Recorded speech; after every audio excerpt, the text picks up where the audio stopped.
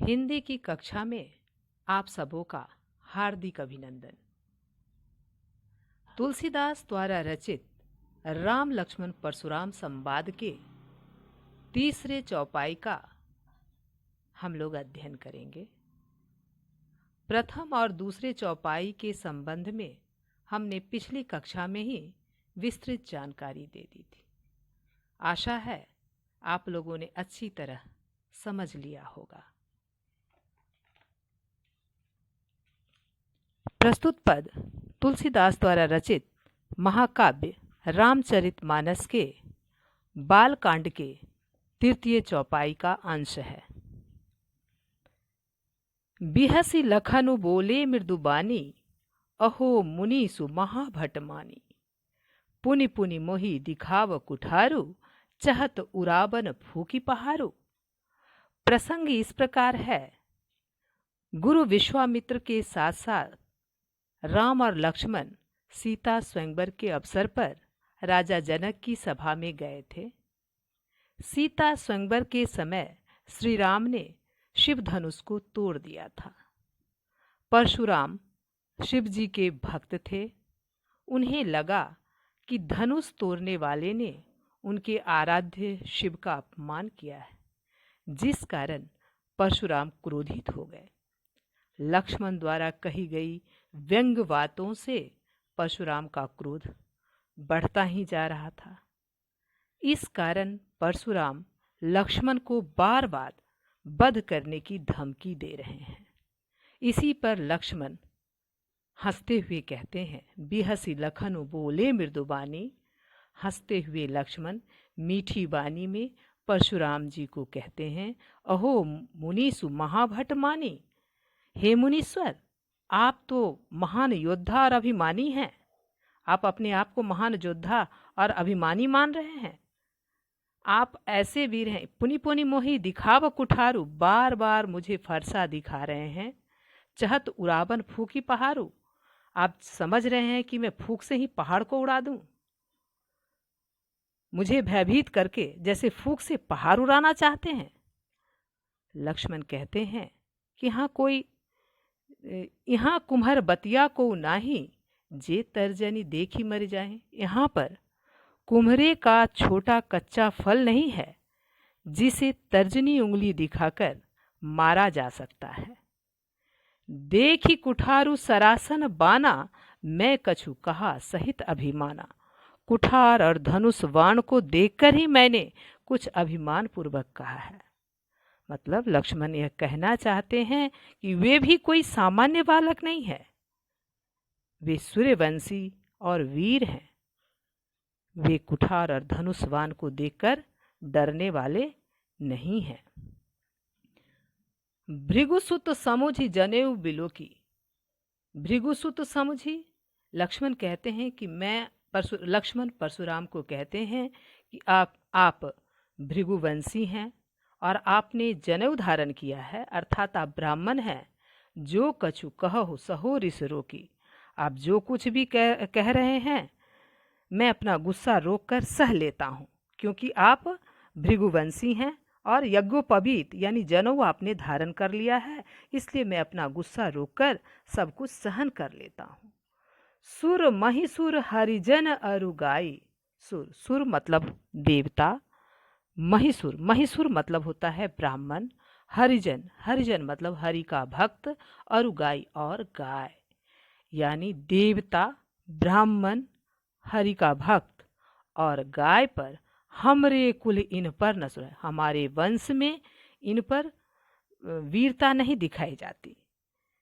मतलब हमारे कुल में अपनी वीरता का प्रदर्शन इन चारों पर नहीं किया जाता है। बधे पाप अपकीर्ति हारे। इन चारों का यानी देवता, ब्राह्मण, हरि का भक्त और गाय, इन चारों का वध करने पर हमें पाप लगता है। हारे अपकीर्ति, और इनसे हार जाने पर अपयश मिलता है। हमारे यश का, हमारी कीर्ति, हमारी शोहरत का नाश हो जाता है। मारत हूँ पाप पर ये तुम्हारे, आप जितना भी मुझे मारेंगे मैं आपका पाँव ही परूंगा। कोटि कुलिस सम बचन तुम्हारा। कोटि कुलिस, कोटि कुलिस कौ की आवृत्ति के कारण अनुप्रास अलंकार।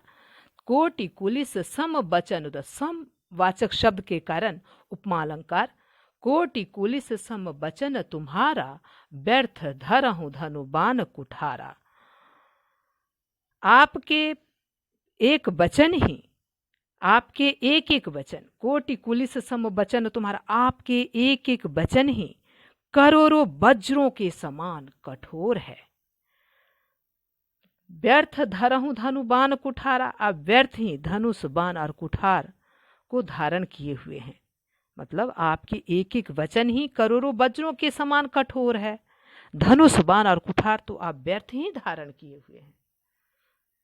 जो बिलो की अनुचित कहूँ क्षमहु महामुनि धीर, सुनी सरोस भृगुवंश मणि, बोले गिरा गंभीर। जो बिलो की अनुचित कहूँ, आपके इस धनुष बाण और कुल्हाड़े को देखकर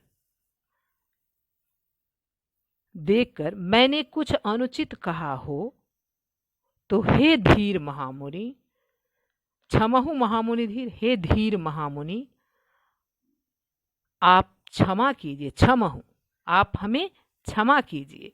सुनी सरोस भृगुवंश मणि, बोले गिरा गंभीर। सुनी सरोस, यह सुनकर, सुनी, सुनी मतलब यह सुनकर, लक्ष्मण के यह व्यंग भरे वचन को सुनकर, भृगुवंश मणि, भृगुवंश मणि परशुराम, सरोस, सरोस मतलब क्रोध के साथ, गिरा गंभीर, गिरा गंभीर, गिरा गिरा मतलब वाणी में बोले, गंभीर वाणी में बोले।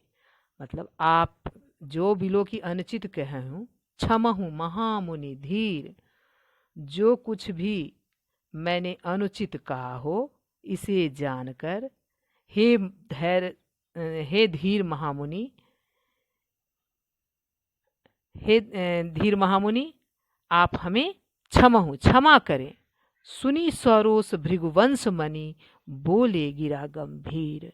यह सुनकर मतलब यह सुनकर, लक्ष्मण की व्यंगोक्ति को सुनकर, भृगुवंश मणि परशुराम सरोस क्रोध के साथ, गंभीर गिरा बोले, गंभीर वाणी में बोले। गिरा, गिरा मतलब वाणी, गंभीर वाणी में बोले।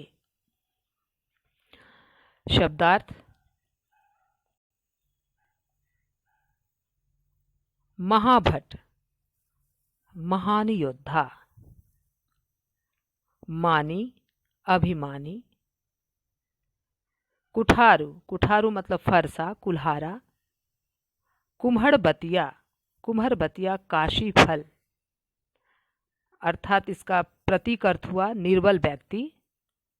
बिलोकी, बिलोकी मतलब देखकर, तर्जनी, अंगूठे के पास वाली उंगली तर्जनी, सरासन, सरासन मतलब धनुष, मारत हूँ आप मारे तो भी, पा, पा मतलब पैर, कुलिस, कुलिस मतलब वज्र, रिस, रिस मतलब गुस्सा, गिरा, गिरा मतलब वाणी, सरोस क्रोध सहित, रोष मतलब क्रोध, स मतलब साथ, क्रोध के साथ, क्रोध सहित, महिषुर, महिषुर मतलब ब्राह्मण, महिषुर ब्राह्मण।